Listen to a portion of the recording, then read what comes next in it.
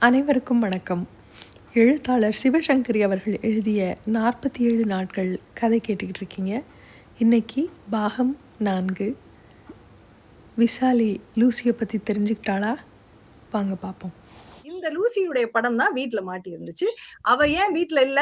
அவ 2 நாள் கான்ஃபரன்ஸ்க்காக Los Angeles போயிருந்தா. இது அவனுக்கு நல்லாவே தெரியும். அவ வீட்ல இருக்க மாட்டா. இந்த 2 நாள பயன்படுத்திக்கணும் தான் இந்த நாள் பார்த்து விசாலிய கூட்டிட்டு வந்தான்.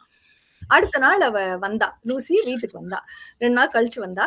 நிறை மாத கர்ப்பிணியாக அவ இப்ப இருந்தா.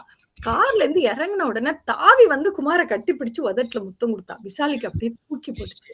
குமாரும் அவகிட்ட போயி விசாலிய அறிமுகப்படுத்துறான். ஷி இஸ் மை சிஸ் அப்படின்னு. சிஸ்டர்ன்னு அறிமுகப்படுத்தல. ஷி இஸ் மை சிஸ் அப்படின்னு அறிமுகப்படுத்தினான். விசாலிக்கு சுத்தமாகவே ஆங்கிலம் தெரியாது. அமெரிக்கன் ஆக்சென்ட் படு சுத்தம். ஒண்ணுமே தெரியாது. இவள அறிமுகப்படுத்தின உடனே லூசி வந்து இவளையும் கட்டிப்பிடிச்சு கன்னத்துல முத்தம் குடுத்தா. அப்ப நினைச்சுக்கிட்டா, ஓ இங்கெல்லாம் எல்லாரையும் கட்டிப்பிடிச்சு முத்தம் தான் குடுப்பாங்க போல அப்படின்னு விசாலி நினைச்சுக்கிட்டா. அன்னைக்கு ராத்திரி எல்லாருக்கும் ரொம்ப சுவையாக ஒரு இந்திய உணவு சமைச்சு குடுத்தா விசாலி. லூசிக்கு ரொம்ப பிடிச்சு போச்சு அவள. நல்ல பொண்ணா இருக்கா, நல்லா பார்த்து அந்த 2 நாள்ல தான் அவன் எல்லாமே சொல்லி குடுத்துட்டானே. குடுத்தோனே நல்லா பிடிச்சுக்கிட்டா விசாலி. நம்ம திட்டம் ரொம்ப நல்லபடியாக நடக்குது. நிச்சயமா விசாலிய வந்து லூசிக்கு பிடிச்சிரும் அப்படின்னு அவனுக்கு தோணுச்சு. சாப்பிட்டுட்டு ரொம்ப ஜெட்லாக் அப்பதான் அந்த அசதியில இருந்ததுனால, நல்லா தூங்கிட்டா விசாலி. ராத்திரி போய் படுத்து தூங்கிட்டா. காலையில அதனால சீக்கிரமே எந்திரிச்சுட்டா. சீக்கிரமே தூங்கிட்டதுனால, அப்பதான் தெரிஞ்சது குமார் பக்கத்துல இல்ல. ராத்திரி வந்து படுக்கவும் இல்ல அப்படிங்கிறது அவளுக்கு தெரிஞ்சிருச்சு. கீழ போய் அவ காஃபி குடிச்சுக்கிட்டு இருந்தா. கொஞ்ச நேரம் கழிச்சு லூசியும், குமாரும் மேல இருந்து கீழ இறங்கி வந்தாங்க. இவ கேட்டா, "ஏன் நீங்க வரல?" "இல்ல எனக்கு வேலை இருந்துச்சு. நான் கீழே படுத்துட்டேன். நீ வந்து பார்த்தேன், நீ நல்லா தூங்கிட்டு இருந்த." அப்படி இப்படின்னு அவன் எத எதோ சொன்னான். ஆனா அவனுக்கு தேவை வரும்போது அவன் நடுராத்திரியில கூட அவள எழுப்பியிருக்கான்.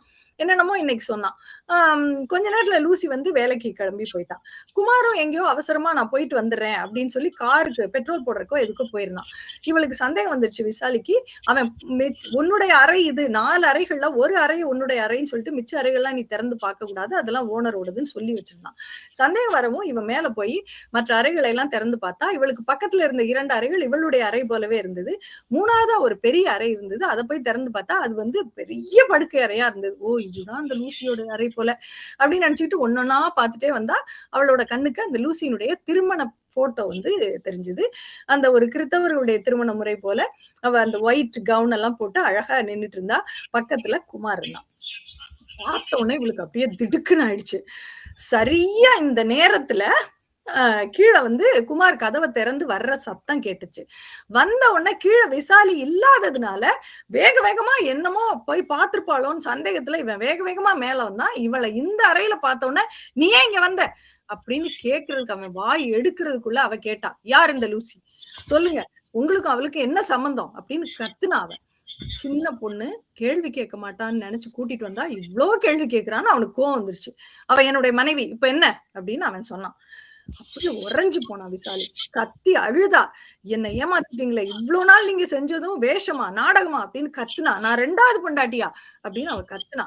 சரி கொஞ்ச நேரம் கத்தி அழுகட்டும். விட்டுட்டு நம்ம பேசி பார்க்கலாம்ன்னு சொல்லி அவள அழுக விட்டுட்டு அவ ஓஞ்சதுக்கு அப்புறம், "என்னுடைய திட்டம் இது.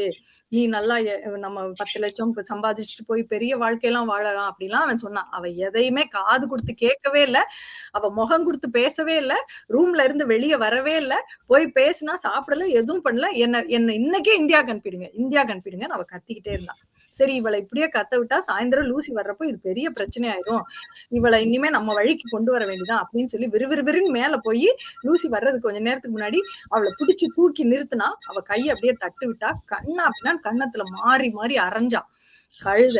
போனா போகுதுன்னு எங்கேயோ கிராமத்துல கிடந்தவள கொண்டு வந்து கோட்டையில உட்கார வச்சா, "உனக்கு எவ்ளோ திமிரு? நீ ரொம்ப தான் பண்ற. இனிமே நான் சொல்றபடிதான் நீ நடக்கணும். போய் குளிச்சுட்டு கீழ போய் சம." அப்படின்னு சொல்லி மறுபடியும் அடிச்சு கத்தினான்.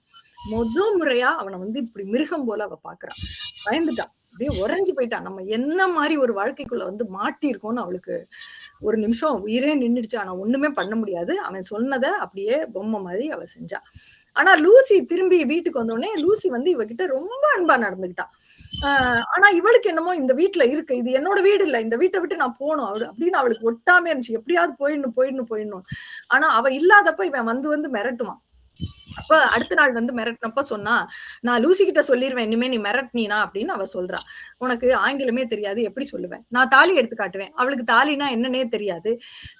உனக்கு பாஷை தெரியாது. அவளுக்கு நம்ம பழக்கம் எதுவுமே தெரியாது. "நான் இந்த வீட்ட விட்டு போயிடுவேன்." "எப்படி போவ? சுத்தி பாத்தியா? எவ்வளவு பனி இருக்கு. கார் இல்லாம எங்கேயும் போ முடியாது. என் தயவு இல்லாம நீ எங்கேயுமே போ முடியாது. நான் அண்ணாக்கு லெட்டர் எழுதுவேன்.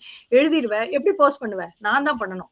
ஆக, அப்பதான் அவளுக்கு புரிஞ்சது, நம்ம இந்த மாளிகைக்குள்ள வந்து சிறைப்படுத்தப்பட்டிருக்கோம் அப்படின்னு அவளுக்கு புரிஞ்சது. அப்போ உடனே தோணுது, இந்த ஊர்ல யாராவது இந்தியர்கள் இருக்காங்களா? யார்ட்டன்னு போய் நான் நான் உதவி கேட்பேன். ஒரு இந்திய முகத்த கூட நான் பார்த்த மாரியே இல்லையே! அப்படின்னு அவ யோசிக்கிறா. இப்படி தனிமையில இருக்க அவ தொடங்குறா. இவ தனிமையில இருக்கான்றதுனாலயே லூசியும், குமாரும் இவள சிரிக்க வைக்கணும் அப்படின்றதுக்காகவே அடிக்கடி வெளிய கூட்டி போவாங்க. இவளுக்கு வெளிய போறது மட்டும் ரொம்ப பிடிச்சிருந்துச்சு. அப்படி அவங்க அடிக்கடி போன ஒரு இடம், பக்கத்திலேயே இருந்த ஒரு சூப்பர் மார்க்கெட். அங்க ஒரு தடவ அவ ஒரு இந்திய பெண்மணிய பார்த்தா. ஏதாவது உதவி கேட்கலாம்னு நெனைக்கிறப்போ, குமார் பக்கத்துல இருந்தனால ஒண்ணுமே செய்ய முடியல அவளால.